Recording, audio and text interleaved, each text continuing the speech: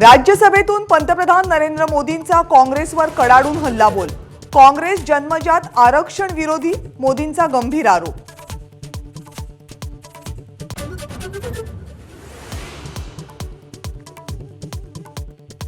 शरद पवार गटाकडून पक्षासाठी नवं नाव आणि चिन्हाचा विचार सुरू।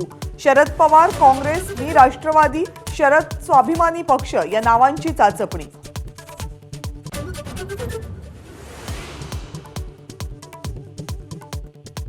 अजित पवार गट आज लोकसभा राज्यसभा सचिवालयामध्ये देणार पत्र। आयोगाच्या निर्णयाचा पत्रामध्ये करणार उल्लेख। लोकसभा अध्यक्ष ओमप्रकाश बिर्ला यांना सुनील तटकरे देणार पत्र।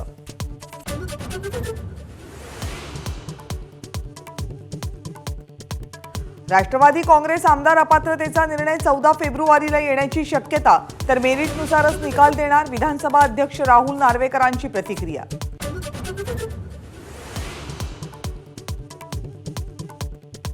मनसेचे 3 नेते आणि उपमुख्यमंत्री देवेंद्र फडणवीस यांच्यामध्ये गुप्त बैठक, तर कालची भेट ही सदिच्छा भेट, संदीप देशपांडेंची प्रतिक्रिया।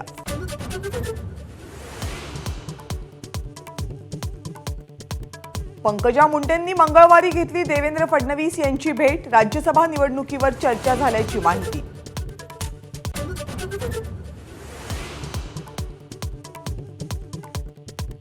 संभाजीराजे छत्रपती यांनी कोल्हापूरमधूनच लोकसभा निवडणूक लढवणार। सूत्रांची एबीपी माझाला माहिती, 11 तारखेला घोषणा करण्याची शक्यता।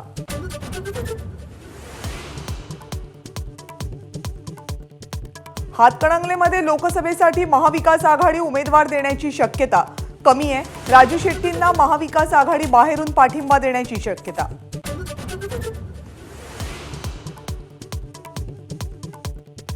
नागपूरच्या काटोलमध्ये कार्यक्रमामध्ये गोंधळ, राहुल देशमुखांच्या भाषणावरून फडणवीस आणि देशमुखांचे समर्थक भिडले।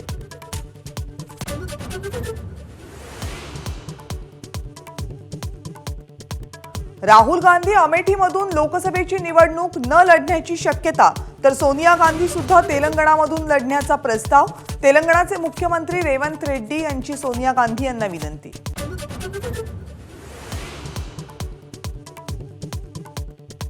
नागपूरच्या गणेशपेठ आगारामध्ये आलेल्या बसमध्ये आढळला गावठी बॉम्ब। 2 दिवसांपूर्वी गडचिरोलीच्या अहेरीमधून बस आल्याची माहिती।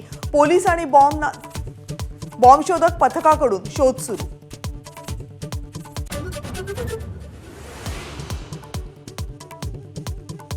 रत्नागिरीहून मुंबईला येणारी खासगी बस महाडजवळच्या सावित्री पुलाजवळ पेटली। विद्यार्थ्याच्या प्रसंगावधानामुळे 19 प्रवाशांसह 22 जण बचावले।